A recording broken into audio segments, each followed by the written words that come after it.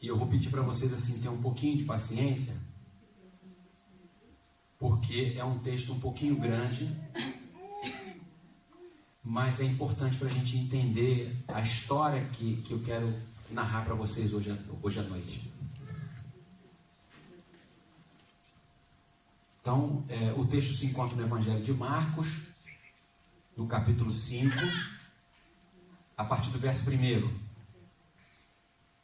Vocês conseguem ler daí de longe? Dá para ler? Então vamos lá. O texto diz assim: eles atravessaram o mar e foram para a região dos Gerazenos. Quando Jesus desembarcou, um homem com um espírito imundo veio dos sepulcros ao seu encontro. Esse homem vivia nos sepulcros e ninguém conseguia prendê-lo, nem mesmo com correntes, pois muitas vezes lhe havia sido acorrentado os pés e mãos, mas ele arrebentara as correntes e quebrara os ferros de seus pés. Ninguém era suficientemente forte para dominá-lo.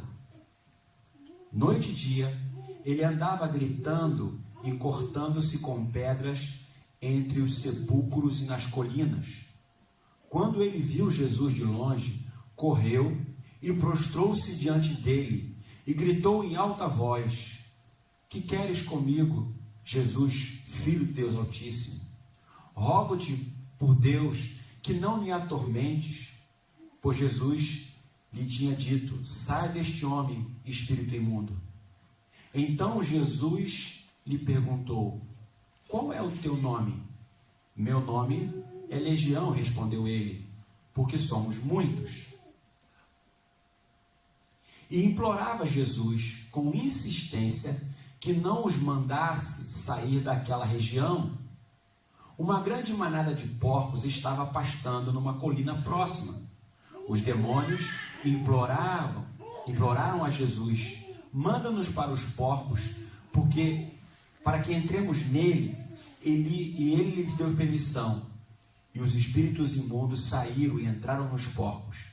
A manada, de cerca de 2.000 porcos, atirou-se precipício abaixo, em direção ao mar, e nele se afogou.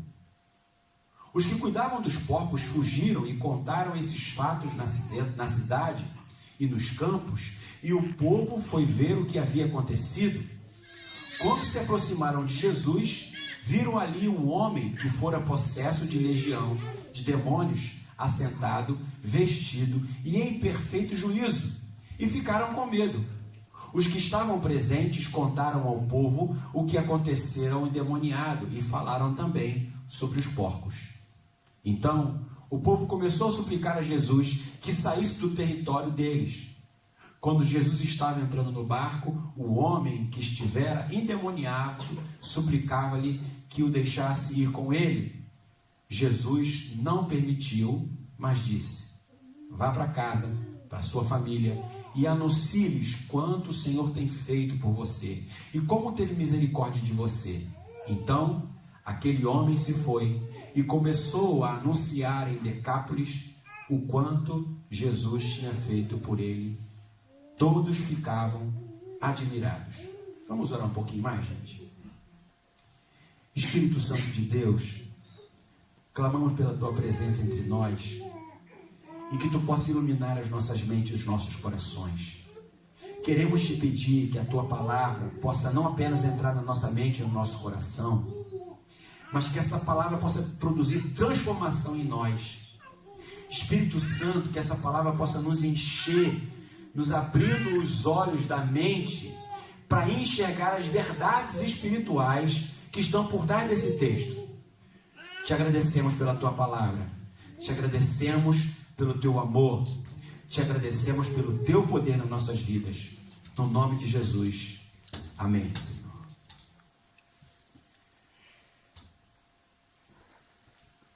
O mundo que nós vivemos tem sido marcado por um processo de migração constante.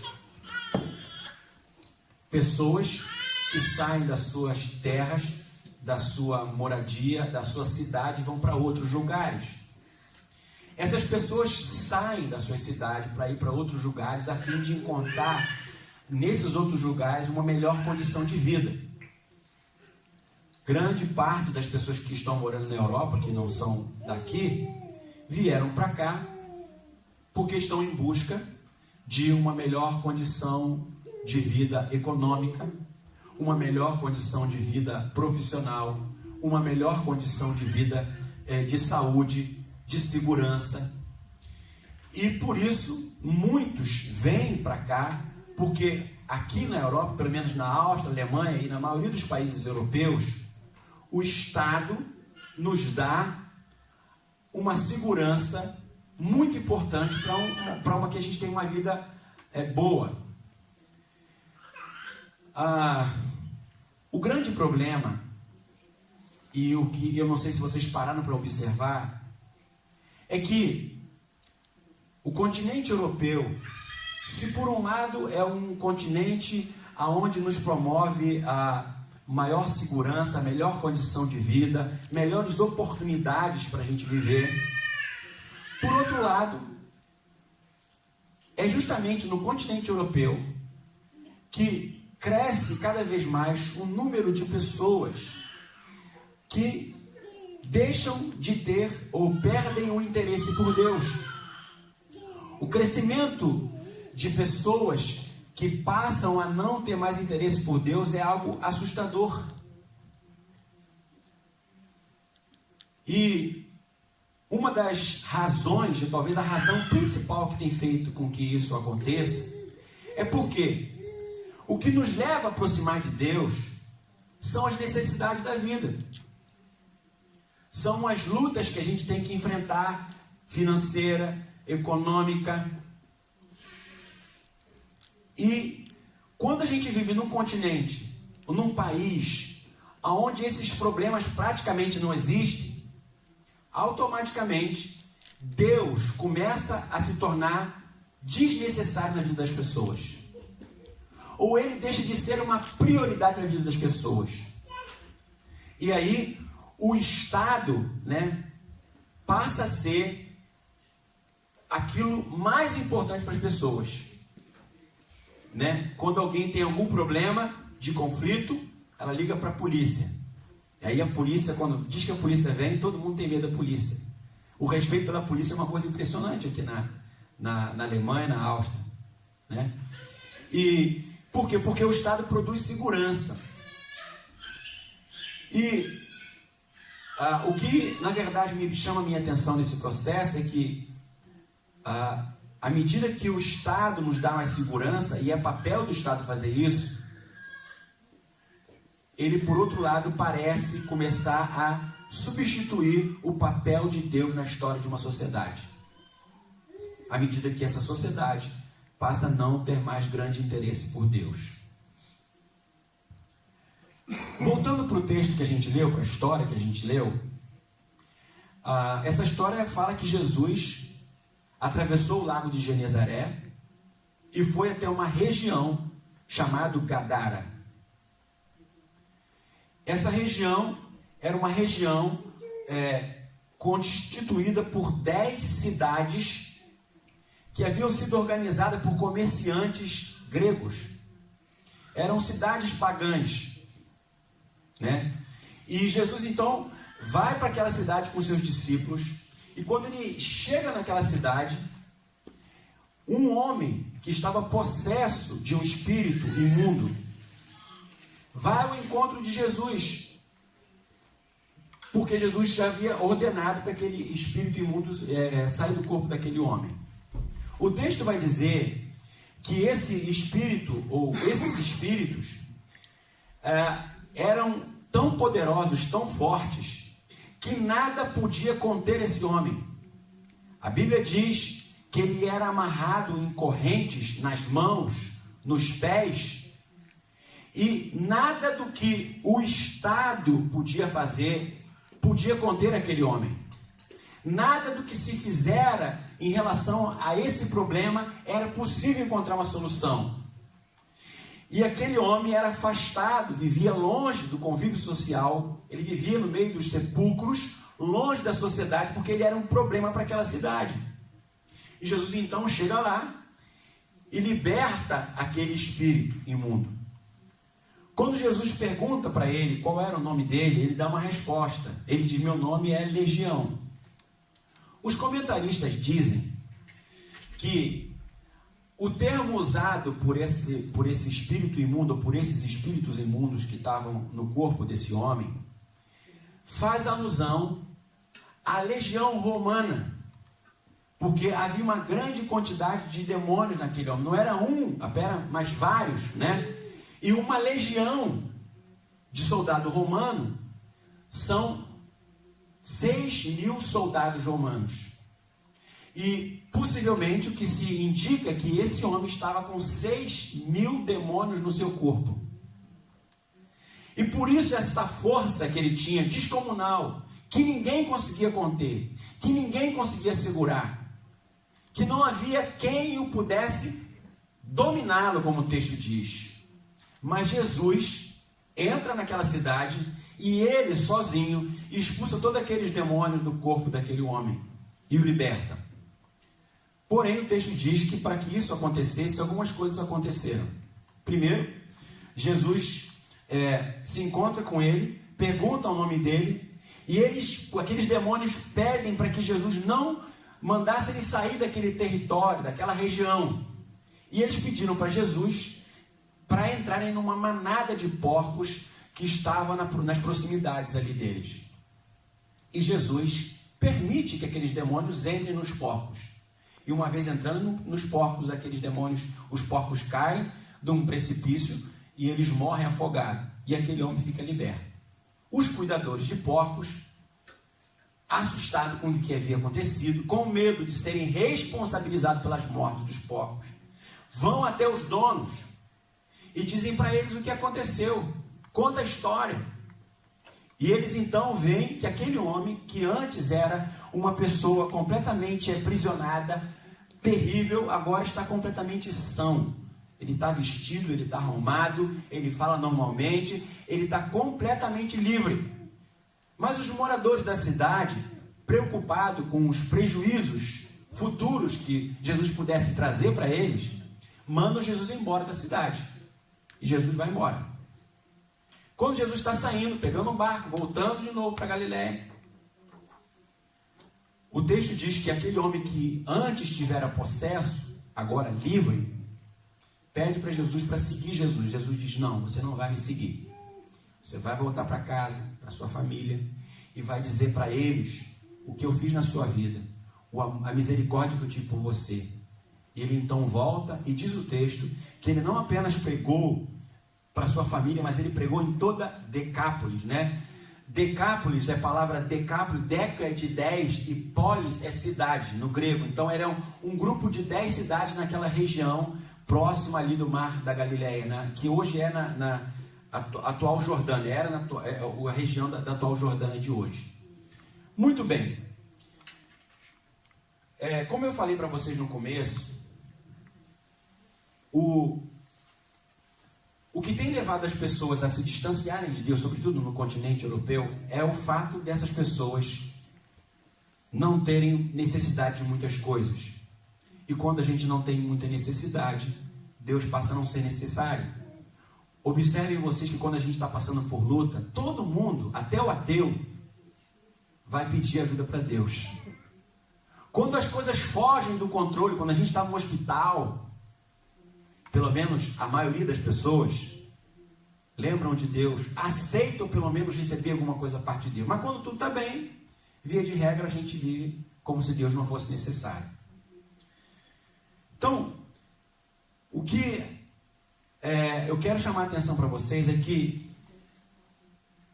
infelizmente, me parece que há uma tentativa espiritual do Estado assumir o papel que Deus tem na vida de cada ser humano. Como se fosse possível o Estado substituir Deus na história das pessoas. E então hoje eu queria refletir com vocês sobre por que o Estado nunca poderá ocupar o lugar de Deus na sociedade. Porque o que a gente percebe é que se a gente vive numa sociedade onde tudo funciona, onde tudo é organizado, normalmente essa sociedade, por conta daquilo que o Estado proporciona, os moradores, a população, acaba se distanciando de Deus cada vez mais. Porque, na verdade, o que o Estado promove para essas pessoas faz com que elas achem que Deus pode ser descartável ou não necessário para a vida das pessoas. Mas nesse texto, Jesus nos ensina que não existe sociedade, por mais bem organizada, mais bem estruturada que seja, que possa abdicar de Deus na sua vida. E há pelo menos 3 coisas aqui nesse acontecimento que chamam a nossa atenção para isso. Bom, então, em primeiro lugar, por que é que o Estado nunca poderá ocupar o lugar de Deus numa sociedade? Em primeiro lugar, porque existem expectativas em relação ao Estado que só Deus será capaz de suprir. Existem situações que muitas vezes a gente coloca como expectativa para o Estado fazer para nós, mas só vai ser possível solucionar essas coisas através de uma ação sobrenatural de Deus na nossa vida. Olha o que diz o verso de número 3 e 4. Esse homem vivia nos sepulcros e ninguém conseguia prendê-lo, nem mesmo concorrentes, pois muitas vezes lhes haviam sido acorrentados pés e mãos, mas ele arrebentava as correntes e quebrava os ferros dos seus pés. Ninguém era suficientemente forte para dominá-lo. O texto diz que, traduzindo para a realidade do Estado, que o Estado, ou seja, as pessoas que moravam ali, aquelas pessoas que eram responsáveis pela organização daquela cidade, havia investido todo o esforço para tentar conter o problema que era aquele homem. Eles amarravam em corrente as mãos, os pés, eles colocavam aquele homem fora do meio das pessoas, mas diz o texto que nada era possível para conter aquele homem. Sabe por quê? Porque o problema que aquele homem tinha só era possível solucionar através de uma ação sobrenatural de Deus na vida daquele homem, daquela cidade. O que a gente percebe nesse texto é que, assim como essa cidade de Gadara havia investido todos os esforços para conter o problema que era aquele homem, eles não conseguiram êxito. E o que nós vemos muitas vezes é que muitas pessoas estão olhando para o Estado, achando que ele vai conseguir dar solução para todos os nossos problemas. Achando que o que a gente precisa é ter algumas coisas aqui e ali e a gente vai conseguir sobreviver. Só que existem coisas que fogem, que está para além do poder do Estado. O livro de Romanos, no capítulo 13, diz que Deus estabeleceu o Estado, ou as autoridades, para ser uma espécie de freio contra o mal. Romanos 13 diz lá que Deus constituiu as autoridades, os governantes, foi Deus quem constituiu, para que ele freie o mal, a violência, a maldade. Mas mesmo o Estado tem os seus limites. Mesmo o Estado, com toda a sua capacidade, com a sua estrutura, por melhor que seja em qualquer lugar do mundo, existem coisas que estão para além do Estado. E só através do poder de Deus essas coisas podem ser vencidas. De fato, é muito bom a gente viver numa cidade onde as leis funcionam, onde a ordem funciona, aonde você tem uma saúde boa, aonde você não tem violência, aonde você tem uma série de coisas maravilhosas.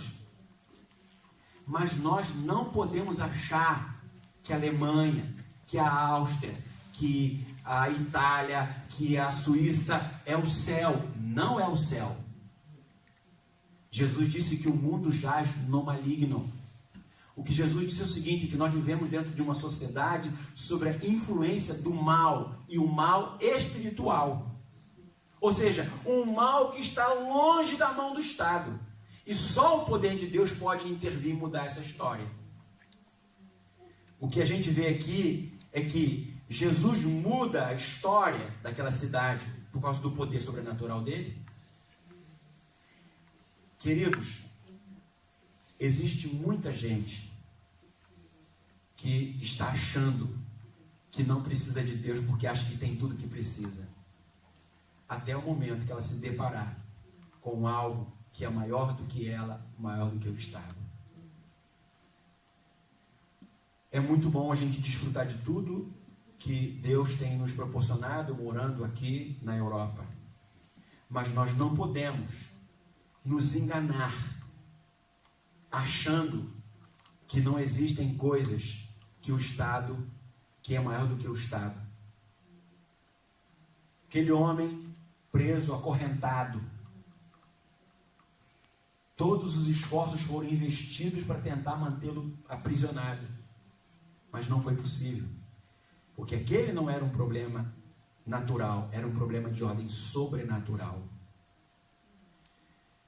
Às vezes as pessoas acham que, como se costuma acontecer, pelo menos na Áustria, né? Depois de 2 anos, você vai para o COA, nunca pronunciei esse negócio direito. COA, é terrível esse nome. E aí a pessoa vai lá, fica 3 semanas, descansa e volta. Que bom, maravilhoso. Eu também gostaria de ser uma espécie de um spa, né? Só que existem questões que o COA não dá solução. É bom a gente ter psicólogos para a gente poder buscar ajuda psicológica. É muito bom. Mas existem coisas que os psicólogos não têm respostas.